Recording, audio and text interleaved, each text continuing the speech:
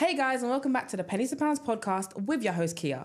And this is a podcast where we aim to dispel your myths, simplify difficult financial jargon, and rectify your own personal problems. Happy Monday, everyone. I hope you've had an amazing weekend. Now, I've got an amazing episode for you today. We're talking all about protection for your money. This is really crucial, and you probably have the protection, but you don't know that you have it. So to explain it further, I've got an amazing guest with me. Guest, who are you? My name is Matt Phillips, and I'm the head of Readiness at Financial Services Compensation Scheme. I'm really excited, and I've been waiting for this episode because I really want to delve deeper into it.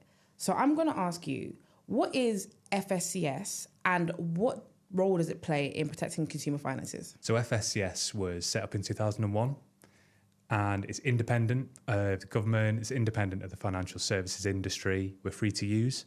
And our purpose really is to protect customers of financial services firms that have failed. I think it's really important because a lot of people don't know. They may have seen the logo, but they have no idea. So how does FSCS actually work? So we're probably best known for our deposits cover. So when you walk into your bank, you see our logo on the documentation, or there might be a sign near the door. And we offer up to £85,000 protection per individual. And we also offer a much broader range of coverage than just deposits. So we also protect pension products, investments, financial advice, mortgages, insurance. And more recently, we started protecting debt management claims and funeral plans as well as part of that. The key really is to be protected by FSCS. The firms that fail need to be UK authorised and regulated by the PRA, which is the Prudential Regulation Authority, or the FCA, which is the Financial Conduct Authority. I think that's a really crucial part, especially when you said a protection up to £85,000. So what does that actually mean for people at home? Is that money in their bank accounts? Is that investments? Obviously, you mentioned a range of products, but what does that actually mean? So it can mean a range of things, really. So obviously, in terms of bank accounts, it's coverage up to £85,000. So if you're lucky enough in your bank to have £85,000, if your bank was to fail and it was regulated, then you could be protected up to that amount with FSCS. For financial advice, investments, pension products, there's also protection there with that. So we do have that limit of up to £85,000. But our process works in slightly different ways depending on the product that you have. So, for example, if a bank were to fail, then we wouldn't really need customers to interact with us necessarily. We would process those claims within 7 days.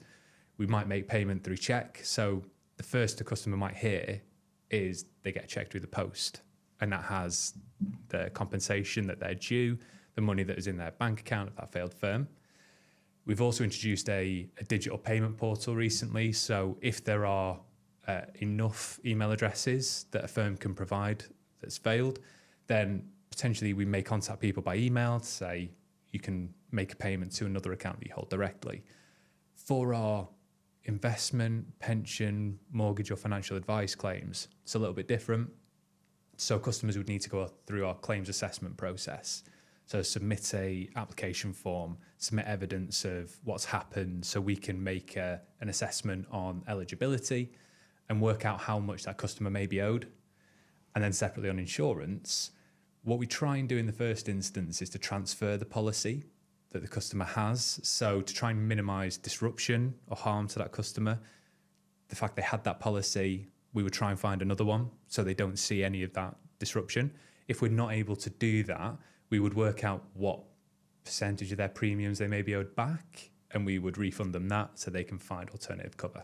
That's really good. I think especially the fact that you've broken it down, that there's coverage everywhere. But I know that a lot of people listening and watching are going to wonder, am I protected? So how can people go and check or figure out before they take out a product if that protection is in place for them? So people can go to our website and we have a protection tool on there so people can interact with that, put in names of firms. There's also the FCA register as well. So if you go on the FCA's website, that will tell you if a firm is regulated and authorised to carry out certain activities. And by checking both of those sources, you can get that comfort that you are protected when you're taking these products out And if the worst were to happen, which we hope it never does, but there is that protection behind you if that were to happen. I think it's great to know. I know I've spoken to a lot of young people especially, and they've been very skeptical about the new modern digital banks and protection that they get with that, just because they might hear from their parents, you know, brick and mortar is better. You can walk into a store, and a lot of the digital banks don't have that. But making sure that FSCS is there before you take out any kind of products with these institutions is very crucial. And making sure that they're FCA registered, like you said. Exactly. Two crucial components. So I completely agree with you. FSCS is great. It offers so much protection for people and their finances. So I want to ask you, how do you think that this scheme has influenced consumer trust when it comes to banks and financial institutions? So I think trust is key within the financial sector. And, you know, the difficulties that we've had in the past, so the 2008 crash, there's a lot of memories and sort of residual trauma that people have got around when things can go wrong. And I think ultimately we have found time and time again from research that we've carried out that the number one driver of trust within the UK financial sector is consumer protection. Most recent research has shown that 63% of people that we asked said having a consumer protection scheme increased their confidence in the financial sector. And I think, you know, as much as we may want to have a sort of thriving economy and, you know, people talk about growth and talk about expansion, I think without a high level of trust in the industry, it's very hard to build that sustainably. So I think FSCS plays a really key role in influencing trust. And we do a lot of work through our communications and marketing teams to make sure we're reaching out to people. So we have a pensions awareness campaign at the moment, and we see the majority of harm that we see tends to be with pensioners at the moment or people submitting pensions claims. So we're targeting our communications and our advertisements around that at that demographic to try and increase that awareness, build some trust there so they know we're there, they know how to interact with us, but also they're going through the right steps to make sure that where they are interacting with the industry, they're doing it in a way that means they're protected. Absolutely. It's so crucial. And like I said, pensions is a massive one. There's a lot of things going around. There's a lot more scams going on, especially. Yeah. So it is so important to be protected. And I'm glad that FSCS is doing the education that is needed and reaching out to people, because it is very important, which is why this podcast is also here as well. We are seeing the fintech landscape expand and evolve, and I'm sure we haven't even scratched the surface of what that's going to look like. How is FSCS adapting to the evolving landscape? Because obviously, as we know, we've had the brick and mortar banks. I remember when I got my first bank account, I pretty much went where my dad had it because it's just an established bank. But we are seeing more of these digital banks come, and fintech is only just going to be a growing space. So how is FSCS evolving with that? It's a really good question, and you know, the pace of change is ever increasing.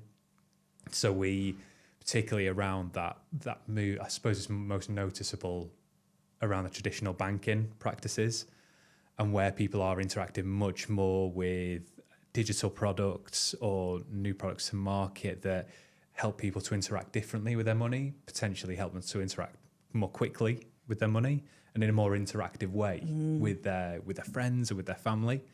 So we maintain really close working relationships with the regulators, so the PRA and FCA, who I mentioned before, and that enables us to stay at the forefront of what's happening in relation to regulatory sort of stance. So policy changes or potential areas of focus, or where there might be issues that they're potentially concerned around, and helps us to make sure that we're prepared for those changes as they may be coming in.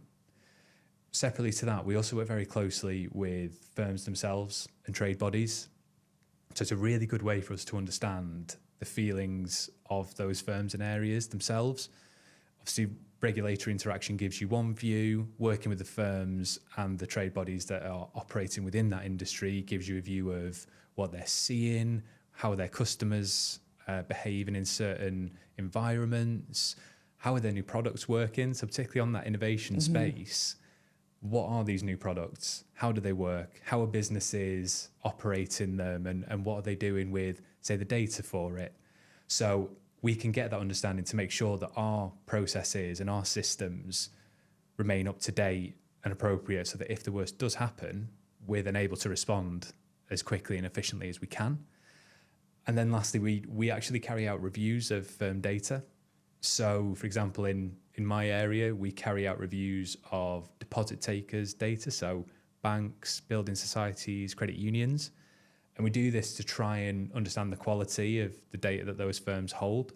So these firms may be offering traditional products, maybe offering new innovative products, or it may be a mix.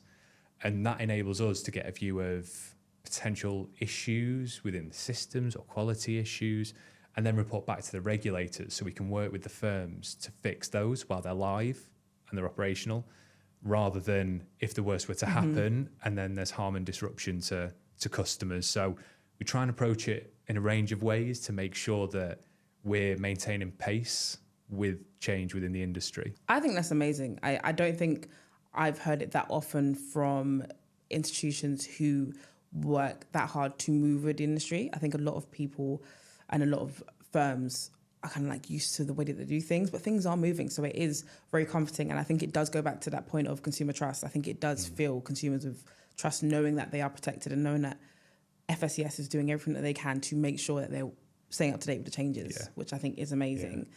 What would be 3 things then that you'd like people listening and watching to know when it comes to FSCS and the protection that they get? 3 key takeaways, I would say, to make sure, number 1, that your financial products, your services are FSCS protected. So checking our website to make sure, checking the FCA register to make sure that the firms are authorised. Secondly, FSCS can only step in if a firm has failed. So it's probably a key point to make that we wouldn't step in relation to a firm that's still live and is still operating with its customers and providing those products. If a firm is live, customers need to contact that firm if they've got a problem or if there's a complaint, or if that's not satisfactory, contact the Financial Ombudsman Service and they can help to deal with that. And then thirdly, if the worst has happened and a regulated firm has failed, FSCS may be able to step in and provide compensation and protection up to £85,000. So for a joint account, it would be for each individual on that account. So each person would be entitled to £85,000. Amazing. Well, this has been such an insightful episode because, like I said, FSCS is a great protection scheme for consumers and their money, but a lot of people just don't know how it works.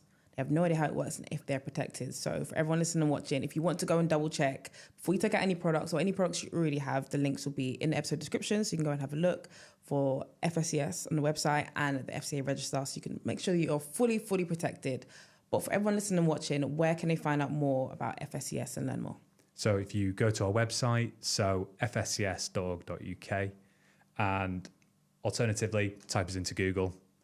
Same with FCA. So if you want to check the register, go and have a look on Google, type in FCA, register, and that will bring up the results there. Amazing. Thank you so much for joining us on the podcast.